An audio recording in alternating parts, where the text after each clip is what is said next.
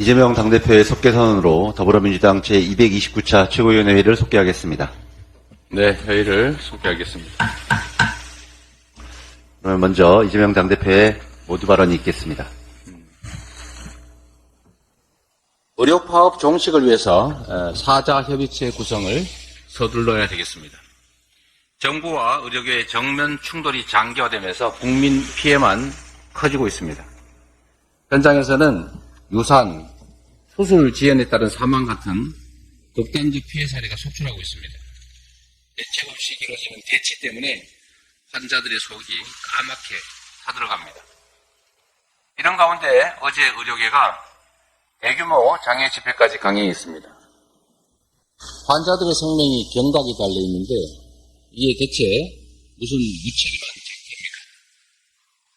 정책에 불만이 있어도 환자들 곁을 지키면서 싸우는 것이 최소한의 도리입니다. 파업을 즉각 중단하고 의료 현장으로 복귀하기 바랍니다. 정부 역시 마찬가지입니다. 무책임하게 갈등을 과다하게 조장하고 이를 방치하면서 정략적으로 활용하려는 행태를 버려야 합니다. 국민 생명의 최종 책임은 정부가 지는 것이라는 점을 명심하십시오. 결국 과도한 2,000명 증원이라고 하는 목표를 제시하면서 의료계를 자극했습니다. 제가 알기로는 의료계 안에서는 500명 정도 의사 증원에 합의할 의사가 있다고 합니다. 이전 정부에서도 이미 400~500명 정도 10년간 증원을 하면 일단 문제를 완화할 수 있다고 판단해서 그 정도 증원을 추진하다가 코로나 사태로 중단한 바가 있습니다. 실현 가능한 목표를 현실적으로 내놓고 의료계와 대화를 통해서 지금 이 의료 대란을 즉각 해결해야 합니다. 말로도 할 수 있는데 왜 주먹을 씁니까?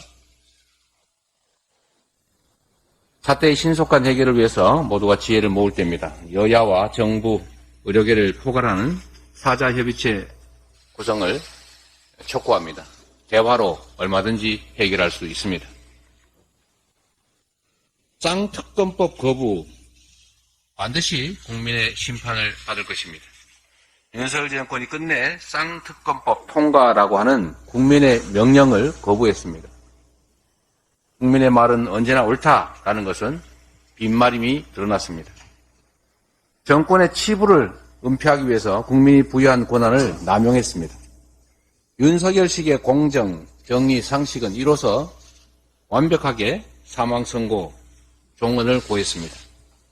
지금 당장은 수사를 피할지 몰라도 국민의 심판은 결코 피할 수 없습니다.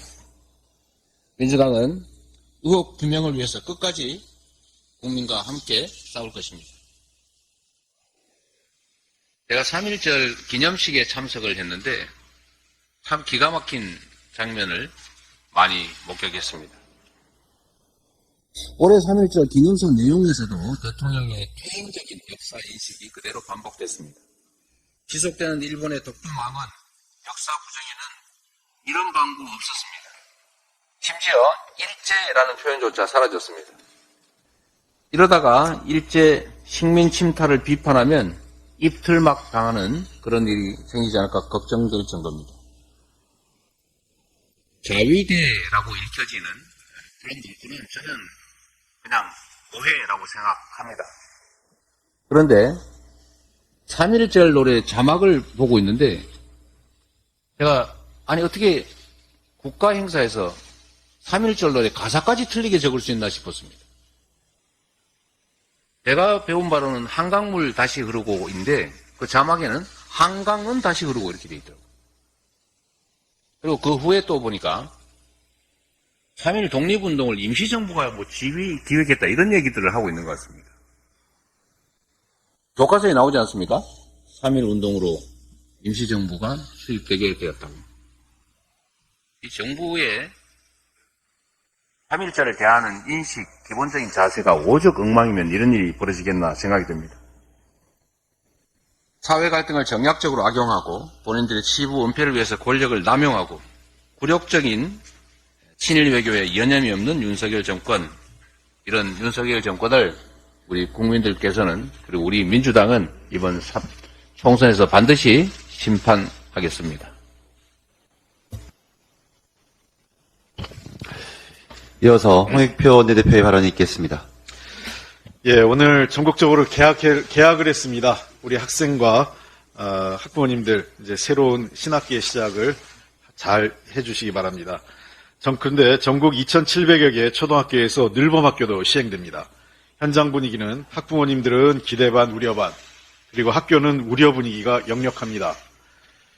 교사들에게 업무를 전가한다는 우려가 커지고 있고 시도별 참여학교 수의 격차가 발생하는 등 부실 운영에 대한 교원단체들의 지적이 많습니다. 정부가 현장과 대화를 좀 적극적으로 해야 되고 잘 살펴서 해결하고 보완해야 될 과제를 빨리 보완해 주시면 고맙겠습니다. 민주당은 늘봄학교 시행으로 학교와 학부모, 우리 아이들이 혼란을 겪지 않도록 상황을 면밀히 챙기고 부족한 부분은 입법을 통해 적극적으로 해결해 나가겠습니다. 대한민국의 과학기술이 이제 중국에게도 추월당했습니다. 지난 29일 정부가 발표한 2022년도 기술수준 평가 결과에 따르면 국가적 핵심 과학기술 11대 분야에서 우리나라 기술 수준이 처음으로 중국에 역전됐습니다. 중국이 한국을 앞선 건 2012년 조사 이래 이번이 처음입니다. AI 경쟁력은 중국에 크게 뒤졌고 우주항공, 해양, 양자, 로봇, 모빌리티 분야는 5개국 가운데 꼴찌입니다. 과학기술계는 이미 이러한 일을 예상했다는 듯 올 것이 왔다라는 평가입니다. 중국은 매년 10% 이상씩 R&D 투자액을 늘려왔습니다. 2022년 중국의 R&D 총 예산액은 2016년 대비 약 46% 이상 증가했습니다. 세계 주요국들 대부분이 R&D 투자액을 늘리고 있는데 오로지 우리나라만 거꾸로 삭감을 했습니다. 올해 우리나라 R&D 예산은 14.7% 삭감된 26조 5천억 원, 사실상 대참사입니다. 대통령 말 한마디에 R&D 예산이 삭감됐고 이로 인해 국내 연구 생태계가 붕괴 직전입니다. 과학기술계 인력의 해외 유출이 심각합니다. 국내 과학기술자에 대한 처우, 연구환경, 그다음에 경제 상황 등이 총체적으로 부실합니다. 또 프로젝트 예산 삭감으로 연구 인력이 축소되고 연구 조기 종료 등 연구의 질도 떨어지고 있다는 평가입니다. 공학계열 석박사 과정도 중도 탈락을 하는 사람들이 늘어나고 있고 젊은 차세대 과학자가 줄어들고 있습니다. 만약에 의대 증원까지 이루어진다면 공부 잘하고 유능한 학생들의 이 과학기술계 진출이 더 줄어들 거란 현장의 우려가 커지고 있습니다. 이 속도라면 2차 전지, 반도체 분야에서도 중국에게 추월되는 건 시간 문제입니다. 과학은 국가의 미래입니다. 정부의 편협한 과학기술 정책 기조, 그 다음에 대통령의 왔다 갔다 오락가락 하는 행보에 문제가 있습니다. 이제라도 과학기술 정책에 대한 근본적인 전환이 필요합니다. 우리나라 출산율이 0.65명의 충격적인 기록을 했습니다. 지난해 4, 4분기 합계 출산율이 0.65명이 기록했습니다. 이렇게 간다면 올해 세계 최초로 연간 0.6명대 출산율은 거의 기정사실화된 것입니다. 우리는 이미 세계 최저 출생국입니다. 그나마 지난해 겨우 연간 합계 출산율이 0.72명인데요. 이것은 전쟁 중인 우크라이나와 비슷한 상황입니다. 정부가 혼인율을 근거로 출산율이 2026년에는 반등해서 2030년 0.82명에 이를 것이라는 매우 안일한 전망을 내놓고 있습니다. 그러나 혼인율 역시 심각합니다. 혼인 건수가 10년 새 40% 줄었고 2030 세대가 혼인하지 않는 이유 1순위는 결혼자금 부담입니다. 이미 제가 지난 2월 19일 최고위에서 저출생의 원인은 불평등이며 불평등 완화를 위한 특단의 대책을 촉구한 바 있습니다. 특히 소득과 자산의 불평등이 저출생의 가장 큰 원인이라 지목되고 있습니다. 최근 통계청 발표에 따르면 계층 간 소득 불평등이 더욱 심화됐고 소득 상위 20%가 지출을 8% 늘리는 동안 하위 20%는 지출이 1.6% 줄었습니다. 쓸 돈이 없는 것입니다. 고금리, 고물가의 고통 속에 서민들의 그리고 중산층의 허리띠가 갈수록 졸라맬 수밖에 없는 상황입니다.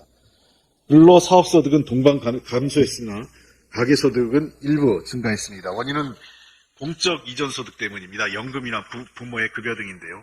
일부 정책 효과가 있긴 합니다. 그러나 우리가 경험했듯 몇 가지 정책만으로 저출생 흐름을 막는 것은 사실상 불가능합니다.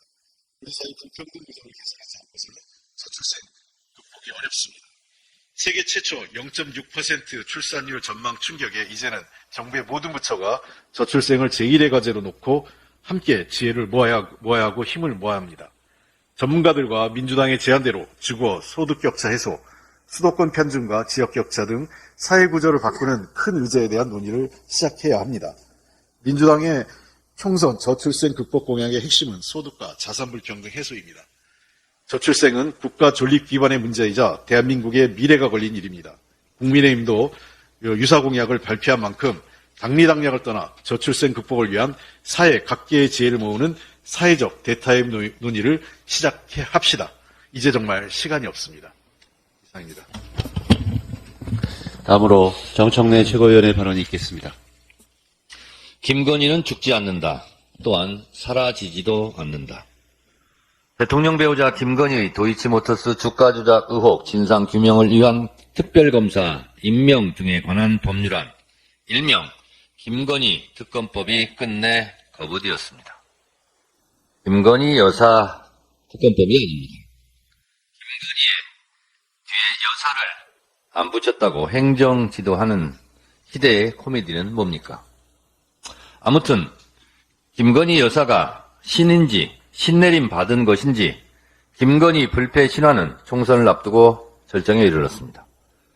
김건희 여사 입장에서 보면 불행 중 다행이겠지만 국민과 법의 공정성 면에서 보면 불행 중 불행입니다.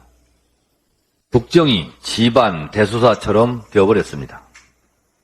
도이치모터스 주가 조작 의혹 사건의 권오수 항소심 재판도 총선 이후로 연기되었으니 총선 전 도이치모터스 주가 조작이란 말과 김건희 특검이란 말은 씨가 마르게 되었습니다.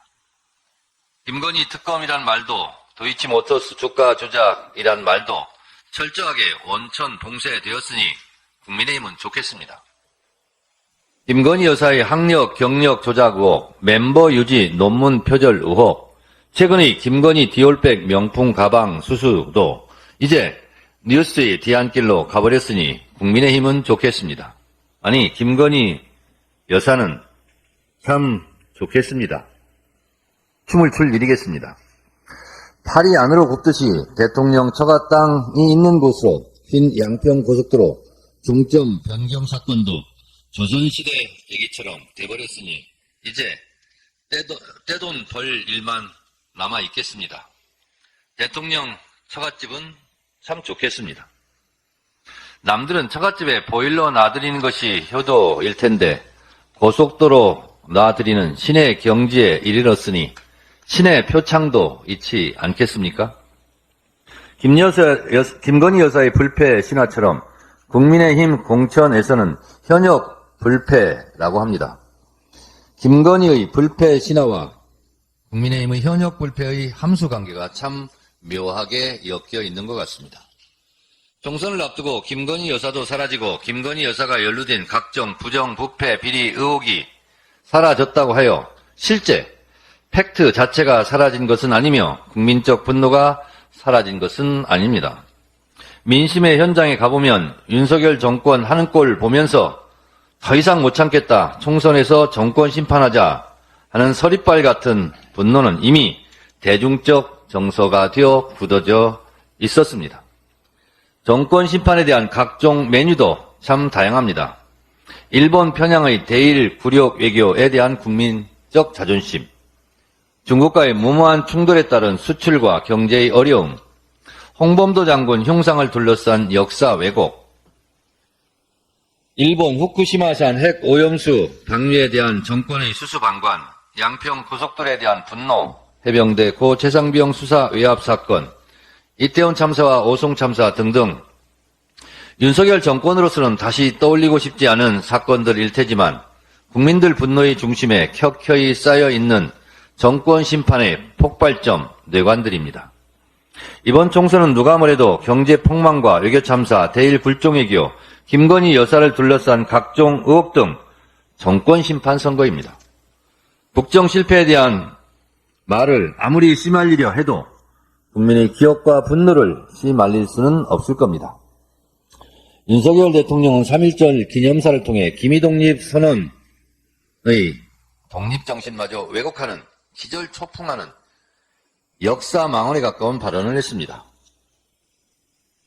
일본의 역사망언, 독도망언에 대한 강력한 규탄도 없습니다. 일본의 역사 도발에 대한 암묵적 동의입니까? 윤석열 정권의 친일 본색입니까? 이번 총선도 결국 한일전으로 가는 겁니까? 윤석열 정권 심판을 위해 민주당 잘해라는 국민적 요구도 많습니다. 이 국민의 명령을 받들어 민주당부터 전열을 가다듬고 잘 하겠습니다. 국민 속으로, 현장 속으로 가겠습니다. 정권 심판의 민심을 잘 받들어 이번 총선에서 반드시 정권을 심판하고 나라를 바로 세우겠습니다. 못 살겠다 경제폭망, 못 살겠다 정권 심판.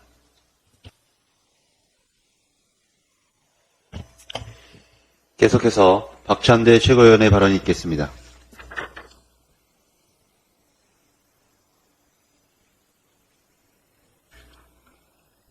(3.1절을) 자위대의 날로 만든 윤석열 대통령은 대국민 사과하십시오. (3.1절) 기념식 배경에 쓰인 문구가 기가 막힙니다. 앞머리 글자만 차례로 읽으면 자위대입니다. 대한민국은 보이지 않고 자위대 만세만 보입니다. 언제부터 3.1절이 자위대의 날이 되었습니까? 실수라거나 우연이라고 치부하기엔 지나치게 선명하지 않습니까? 일제에 맞서 독립을 이루기 위해 싸우다 희생하신 수많은 훈국 선열들과 독립운동가들에 대한 심각한 모욕입니다. 대통령이 참석하는 공식 행사에서 있을 수 없는 일이 벌어졌습니다. 윤석열 대통령은 얼렁뚱땅 넘어갈 생각 말고 반드시 대국민 사과하십시오. 국민의힘 공천, 시스템 공천이 아니라 썩은 물 공천입니다. 국민의힘의 공천 결과가 속속 드러나고 있습니다. 공천받은 인사들의 면면을 살펴보면 참 가관입니다. 김건희 여사 방탄에 앞장서온 야설작가 출신 장해찬 최고위원, 김건희 일가의 양평 공흥지구 특혜 의혹 장본인 김선교 전 의원, 서울 양평 고속도로 노선 변경 특혜 의혹의 당사자인 원희룡 전 국토부 장관은 물론이고 해병대 최상병 사망사건 수사 외압 의혹의 당사자 임종득 전 대통령실 안보실 2차장과 신범철 전 국방차관도 공천을 받았습니다. 또 민간인 신분으로 대통령 전용기에 탑승해 무리를 빚었던 신모 씨의 남편 이원모 전 대통령실 인사비서관, 윤석열 대통령의 신복이라는 주진우 전 대통령실 법비서관, 친윤 권성동 의원과 이철규 의원, 돈봉투 받는 장면이 그대로 CCTV에 찍혔던 정우택 의원도 멀쩡히 공천을 받았습니다. 범죄를 저지르고도 사법 사면 복권을 받아 공천받은 인사들도 많습니다. 이명박 정부 시절 불법 여론조작 직권남용 혐의로 징역형을 선고받았던 정용선 전 경기지방경찰청장, 국회의원 경선에 불법 개입해 징역형을 선고받았던 조광한 전 남양주 시장, 이명박 정부 시절 경찰 동원 여론조작 혐의로 유죄 선고를 받은 서천호 전 국가정보원 차장도 공천을 받았고, 지난 대선 당시 조폭 가짜 돈다발 조작 사건으로 2심에서 벌금형을 선고받은 장영하 변호사도 공천을 받았습니다. 이 밖에도 문제가 심각한 인사들이 더 있지만 너무 많아서 그만 생략하겠습니다. 워낙 잡탕이라 무슨 기준으로 공천했을지 모를 지경입니다. 한동훈 위원장이 말하는 시스템 공천이라는 것이 김건희 방탄 공천, 친윤 공천, 부패 망원 인사 공천, 범죄자 및 범죄 의혹 수사 대상자 우선 공천이었습니까? 고인물만으로도 썩기 마련인데 부패 망언 인사, 범죄 의혹 수사 대상자들까지 더했으니 썩은 물 공천이 되었습니다. 우리 국민의 수준을 지나치게 얕잡아 본 공천입니다. 반드시 심판을 받을 것입니다. 국민의힘 공천, 조용한 공천이 아니라 난장판 공천입니다. 언론에서 국민의힘 공천을 두고 조용한 공천이라고 합니다. 과연 정말 그런지 몇 가지 사례를 살펴보겠습니다.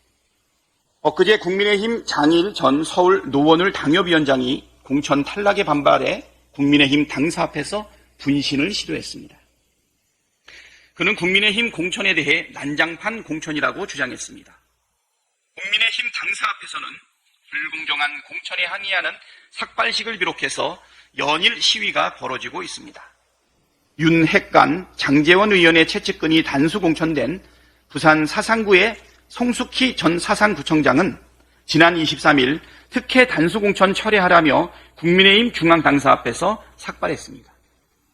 검사 출신이 단수 공천된 경기 시흥갑 지역구에선 컷오프된 예비후보의 배우자가 공천에 불만을 토로한 뒤 집을 나가 극단적 선택을 시도하기도 했습니다.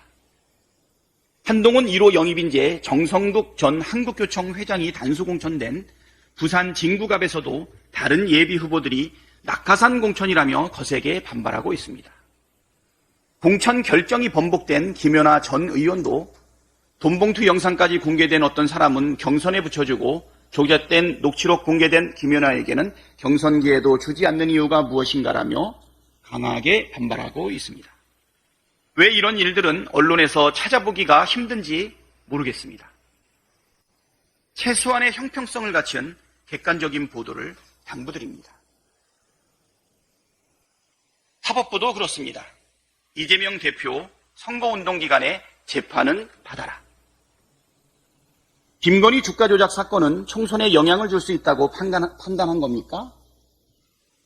선거 이후로 재판을 진행하고 뭐 이런 나라가 있습니까? 김건희 주가 조작 증거가 명백해도 소환 조사 한번 없더니 이재명 대표는 선거운동 중에 재판을 받으라니 총선을 총지휘하고 제1야당 대표에게 선거 기간 중에 재판을 받으라는 무리한 재판 진행. 뭐 이런 사법부가 있습니까? 이상입니다. 다음으로 서영교 최고위원의 발언이 있겠습니다. 이제 더불어민주당의 공천이 마무리되고 있습니다. 이제 더불어민주당은 현장으로 갑니다. 이제 이재명 대표는 현장으로 갑니다. 국민들을 만납니다. 이재명 대표를 보고 싶어 했던 국민들이 그 자리에 와 주십시오.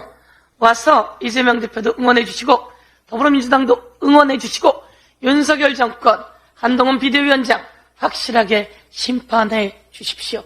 대한민국을 살릴 사람 더불어민주당입니다. 대한민국을 살릴 사람 이재명 대표와 저희들이 열심히 뛰겠습니다. 윤석열 대통령이 되고 대한민국 경제가 다 망가졌습니다. 살기 힘들다고 난리가 났습니다. 경매는 최고 수준에 가고 있고 그리고 사과값이 세계 1위로 비싸다고 하는 언론 기사들이 줄을 이어 나오고 있습니다. 도대체 대한민국 경제는 왜 이렇게 망가진 겁니까? 이재명 대통령은 대한민국 경제를 어디까지 얼마나 망가뜨리려고 하는 겁니까? 2년 동안 고통받았습니다. 더 이상 3년 버텨가서는 안 됩니다. 이번에 총선에서 더불어민주당에 힘을 모아 주십시오. 더불어민주당은 공천하는 과정 속에서 아팠습니다. 힘들었습니다. 그런데 그 결과를 보니 혁신의 공천이다. 많은 사람들이 아프고 어려움을 겪지만 혁신의 공천이었다. 더불어민주당은 자기를 깎아내면서 대한민국의 미래를 위해 나아가고 있구나라고 국민 여러분들이 평가해 주고 있습니다. 그런데 국민의힘 공천은 어떻습니까? 맞습니다. 그 현역 불패, 그 현역들이 그대로 있습니다. 그래서 언론인들이 한동훈 비대위원장에 물었습니다. 현역 불패입니까? 왜 이렇게 현역들이 안 바뀝니까? 라고 물으니 바뀔 수가 없는 구조라며 엉뚱한 답변을 해내고 있습니다. 혁신하지 않는 국민의힘 공천, 썩은 물 공천입니다. 그리고 국민들이 이야기합니다. 그 국민의힘 비대위원장은 도대체 선거로 뽑힌 사람도 아니고 낙하산으로 내려와서 국민을 향해 깐족하는데 그 공천이 깐족 공천 아니에요? 그 사람에게 잘 보여서 되는 거 아니에요? 이런 식의 국민들이 의심을 하고 의혹을 제기하고 있습니다. 깐족이라고 하는 말 다시 한번 되새겨보면서 좀 더 국민 앞에 턱도 밑으로 좀 내리고 눈도 좀 밑으로 내리고 국민 앞에 겸손했으면 좋겠다, 이런 말씀 드립니다. 3.1절이었습니다. 일제의 나라를 빼앗겼던 우리 국민들이 독립운동, 독립선언을 한 날입니다.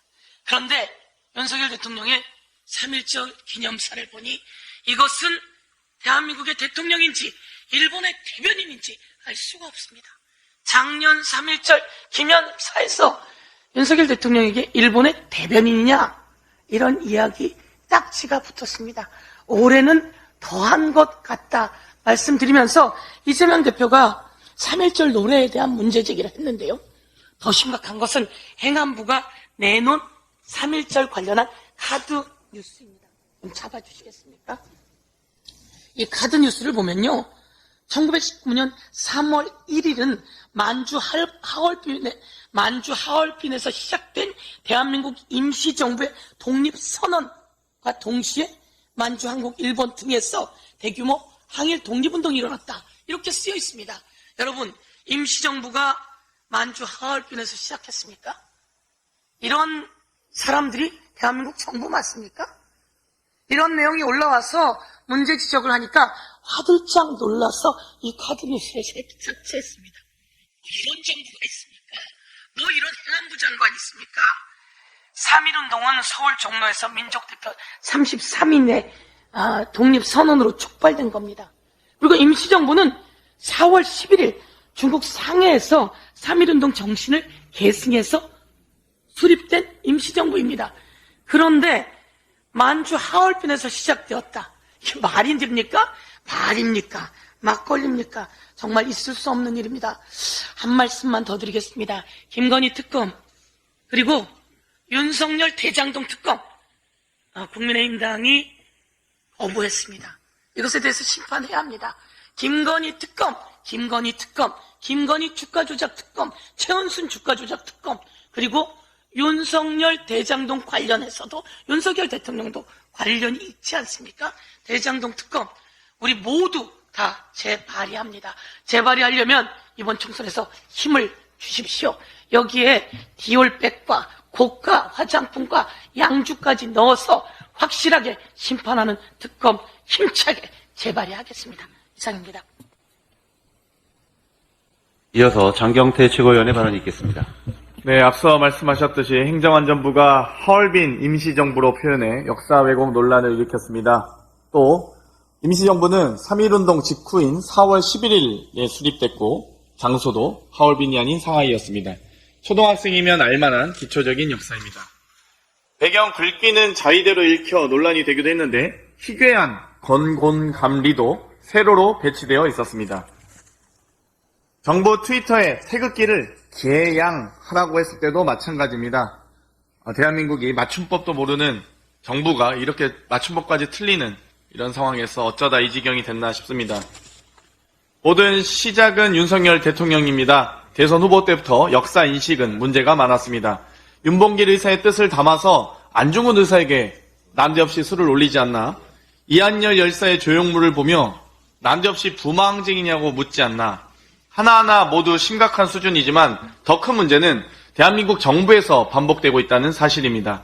건국전쟁 다큐를 과도하게 미화하고 이승만 기념관을 추진하면서도 홍범도 장군 흉상 이전은 눈 감는 윤석열 정부는 정말 한심하기 짝이 없습니다. 반복되는 윤석열 정부의 역사 논쟁은 현재도 진행 중입니다. 대한민국의 과학기술이 처음으로 중국에 추월당했습니다. 과기부가 공개한 주요국 2022년 기술수준 평가에서 한국은 처음으로 중국에 추월당했습니다. 1위인 미국을 100%로 봤을 때 중국은 82.6%, 한국은 81.5%로 1.1% 뒤졌습니다. 직전 2020년 조사에서 한국이 근소하게 앞섰다가 역전된 것입니다. 이런 상황에서도 윤석열 정부는 1991년 이후 33년 만에 R&D 예산을 삭감했고 예산 배분은 주먹구구였습니다. 갑자기 불과 일주일 전에는 원전 R&D에 5년간 4조 원을 투자하겠다고 갑자기 밝혔습니다. 아리백에는 원전 생산 전기는 포함되지 않습니다. 아리백을 몰랐던 윤석열 대통령에 이어서 아리백이 뭔지 알면 어떻고 모르면 어떤가라고 한동훈 위원장이 거들었습니다. 아리백 더맨더머입니까?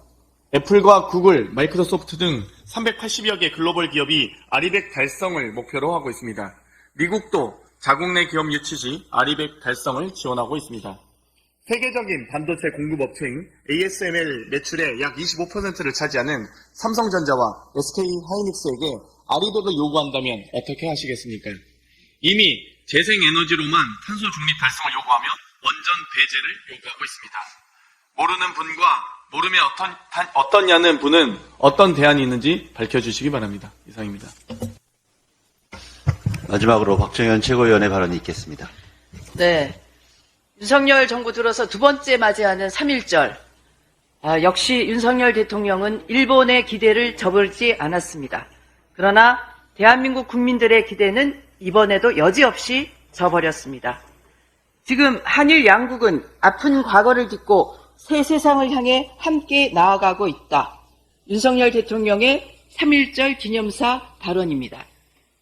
침략을 당한 한국과 침략을 한 일본이 어떻게 똑같은 아픔을 겪고 있는 거죠? 마치 한국과 일본이 상호 피해를 준 것처럼 왜곡하고 있습니다. 과거 침략 행위에 대해 여전히 반성하지 않는 일본에게 새 세상을 함께 만들어가자는 대한민국 대통령의 프로포즈, 국민들의 분노도 아깝다는 생각이 듭니다. 윤 대통령이 일본과 함께 만들어가고자 하는 새 세상은 도대체 무엇입니까? 후쿠시마 핵오염수 해양 투기를 방관하는 세상입니까? 홍범도 장군, 김좌진 장군 등 독립 영웅들의 흉상을 철거하는 세상입니까? 일제 강제동원 제3자 변제안을 받아들이는 세상입니까? 동해를 일본해라 표기한 지도를 가지고 군사훈련을 하는 세상입니까? 가해자와 피해자는 역사적 입장은 천년의 역사가 흘러도 변할 수 없는 것. 역사의 진실을 결코 외면해서는 안 된다. 이 발언은 국민의힘 전직 대통령들의 3.1절 기념사입니다. 이 정도는 발언을 하셔야 대한민국 대통령입니다. 지금 대한민국 대통령은 어디에 있습니까? 자위대, 일본 군대인 자위대가 느닷없이 대한민국 3.1절 기념식장에 등장했습니다. 아까 보여주셨는데요. 자유를 향한 위대한 여정 대한민국 만세, 자위대 만세.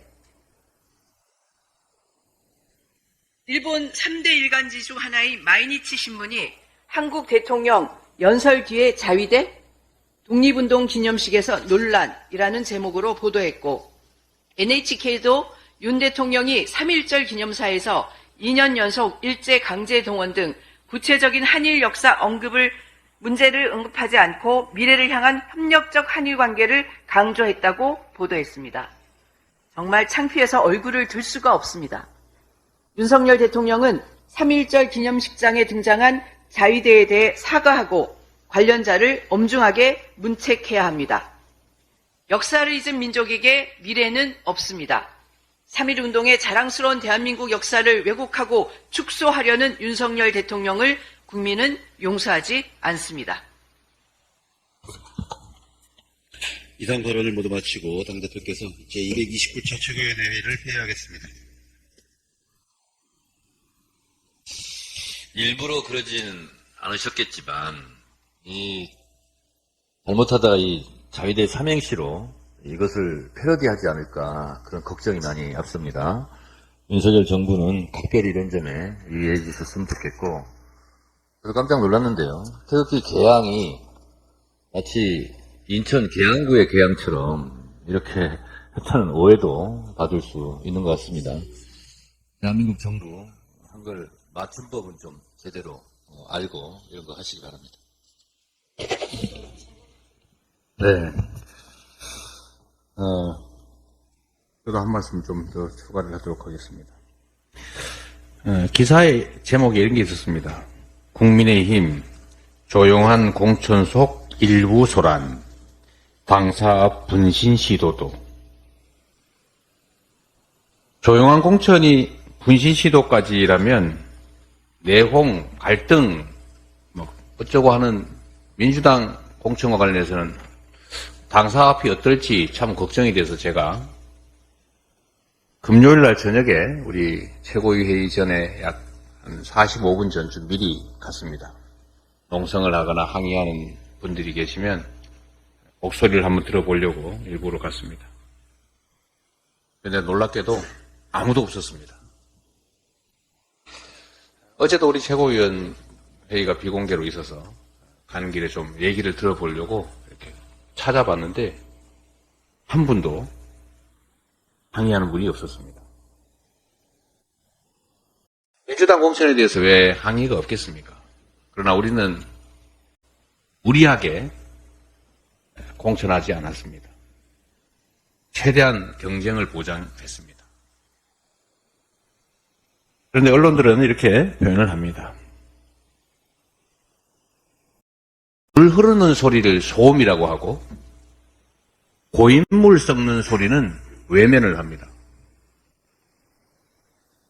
박찬대 최고께서 적절하게 지적을 했지만 돈 봉투 받는 장면이 영상에 찍힌 정우택 국회 부의장도 후보로 과감하게 선정했습니다. 제가 이 말을 했다고 무슨 법적 조치 운운하는 발언도 있는 것 같던데 나중에 돌려줬다고 하지 않습니까? 돌려줄 봉투를 왜 받습니까? 카메라 있는 데서는 받아가지고 카메라 없는 데서 돌려줬다? 일부러 그런 것입니까? 쇼를 해도 뭐 그런 쇼를 합니까?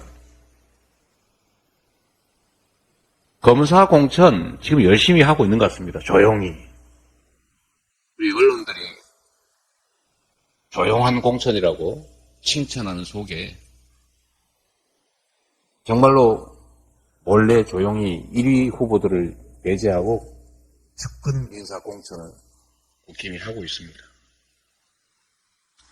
민주당의 혁신 공천은 불가피하게 소리가 날 수밖에 없습니다.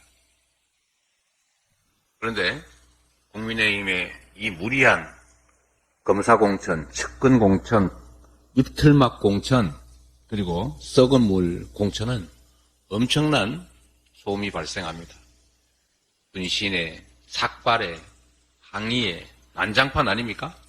이 난장판 공천은 조용한 공천의 아주 극히 일부분으로 취급하고 민주당의 혁신 공천 과정에서 생기는 누군가의 말 한마디, 당연히 있을 수밖에 없는 불평의 소리를 침소봉대해서 마치 엄청난 대란이라도 발생한 것처럼 이렇게 만드는 것 결코 옳지 않다 말씀드립니다. 우리 민주당은 국민들께서 바라시는 바대로 새로운 인물로 새로운 시대를 준비하고 있습니다.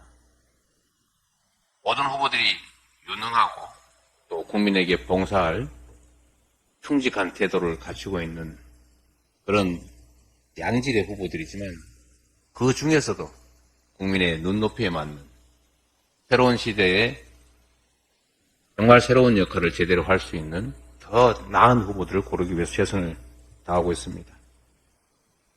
우리 국민 여러분들께서 누군가에 의해서 의도적으로 조작된, 왜곡된 정보가 아니라 실체를 봐주시기를 당부드립니다. 결국 조만간 대진표가 완성될 것입니다. 공천의 내용도 비교가 가능할 것입니다. 불가피한 진통으로 우리 더불어민주당 후보 많은 분들이 경선에 참여하지 못하거나 후보가 되지 못했습니다. 함께하지 못한 점 참으로 안타깝게 생각하고 그 아픔들을 최대한 신속하게